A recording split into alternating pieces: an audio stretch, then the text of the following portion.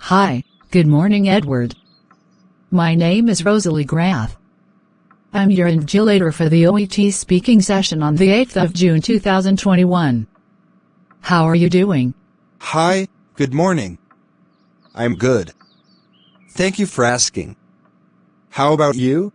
Well, I'm great.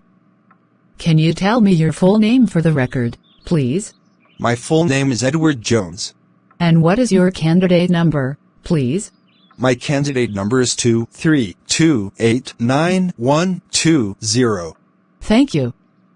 And you are taking this test as a nurse? Is that correct? Yes, correct. Thank you. Can I see your ID, please? Sure. Here it is. The warm-up questions are not assessed and are a chance for us to get used to each other's voices. We'll just talk for 2 to 3 minutes. All right. Describe a time you failed. I remember the first biology test I ever took in college.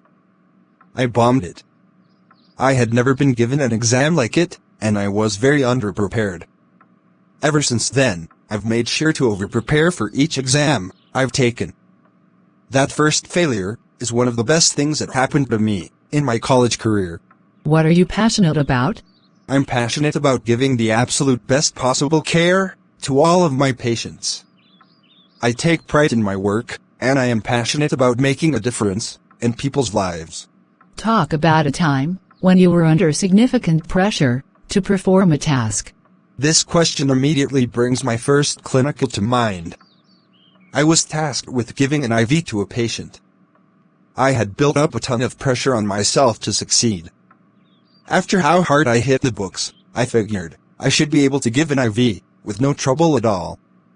Unfortunately, I was having some trouble. The pressure started to get to me, but before the patient could notice my discomfort, I took a deep breath, went over the correct technique in my head, and inserted the IV. What type of work environment do you prefer?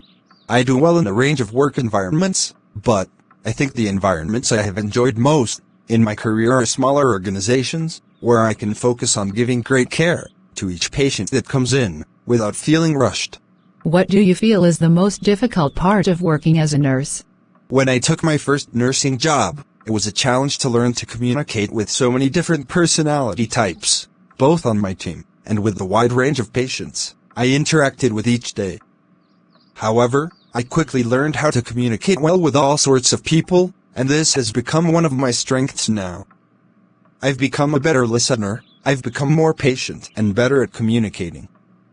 I enjoy making sure patients feel understood and comfortable. I also enjoy the teamwork aspect of my role with my fellow nurses. Great. Thank you very much for sharing that. So, let's move on to role play now. I'll take the part of the patient or perhaps a relative, and you'll take your professional role. The purpose of the role play is to get evidence of your ability to communicate effectively with patients. Use your ability to fulfill as much of the role play as possible. Do you have any questions? No. You have up to 3 minutes to prepare the role play. You will start the role play after that time. I'll let you know when 3 minutes are up.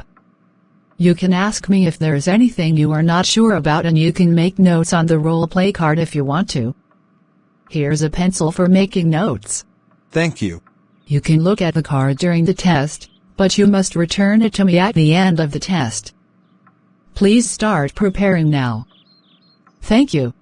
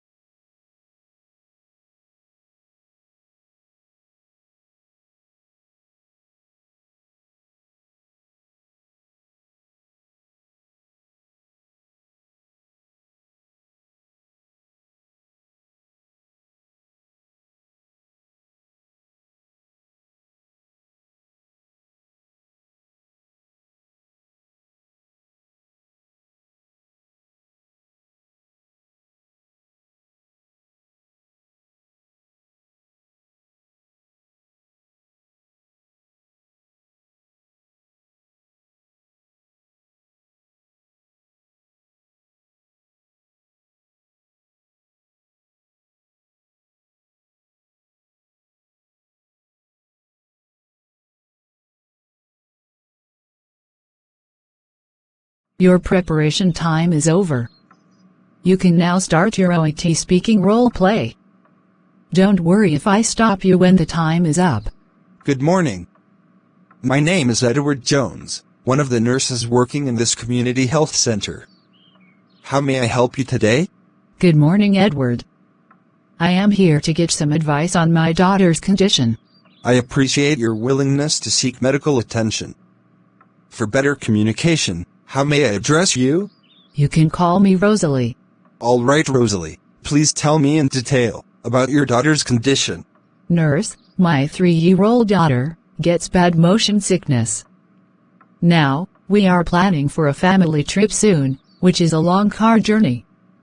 And I would like to get some advice on ways to stop her from feeling so sick in the car. I feel sorry for your child, Rosalie. Don't get upset. Definitely, we will be able to provide you with some advice. Good to hear, nurse. First, let me know the effectiveness of any treatments tried. Well, nurse, I have just tried the bands, but it didn't help. Did you try any medications? No, other than that, I didn't try any medication or anything else. I don't like to give my daughter medication. I don't think it's good for her. All right. Have you received any previous medical advice? I have never asked for medical advice about her motion sickness before. Thank you for your information. From your words, I understand your consciousness regarding your daughter's health. Now, I would like to discuss the benefits of medication for motion sickness. Medication is one of the best effective ways to manage motion sickness. I know, you are concerned. But, I can assure you that medication will be provided, considering the age appropriately. Oh, I see. Let me address your concern next.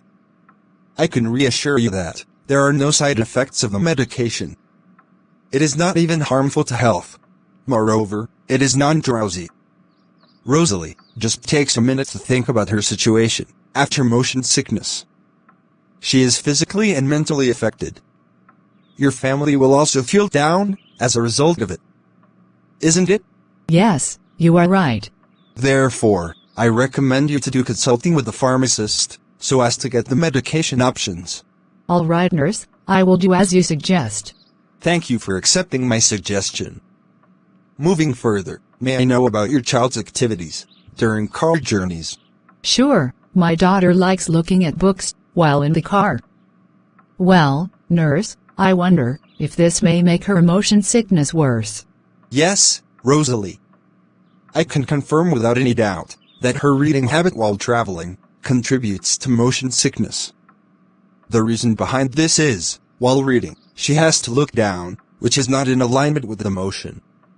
In addition, multiple conflicting senses make it much worse, the inner ear and eyes. That is, it happens when the brain gets conflicting messages from your eyes and the balance system in the inner ear. These conflicting messages can cause dizziness. I now realize it, nurse. Rosalie, I can give some recommendations to avoid motion sickness. First, get fresh air, and you can feel the difference. Always looking straight ahead is the most recommended practice. Next, it is better to take light meals before traveling. If she has to engage in literature, listening to audiobooks is an option, or to music. Also, it is okay to sleep while traveling. Remember to take regular breaks, and most importantly, maintain hydration. All right, nurse, those recommendations are really useful. I hope these suggestions will make my daughter grow out of motion sickness eventually. Definitely, Rosalie. Additionally, as she gets older, this will fade away. Yes, motion sickness in older children is less common. Even if it persists, it is easier to manage symptomatically. All right, nurse. Rosalie, do you have any other questions to be clarified? No, nurse, I don't have any more questions. I will follow your advice and talk to the pharmacist about the medication. I am happy to hear that. If you have any other questions, please feel free to contact us. I wish you and your family a safe journey. Thank you, nurse. That is the end of your OET speaking role play. I wish you all the very best. Thank you. Thank you for watching. Please, like this video and encourage us. Subscribe and stay tuned for more videos. Kindly comment your suggestions and help us do better.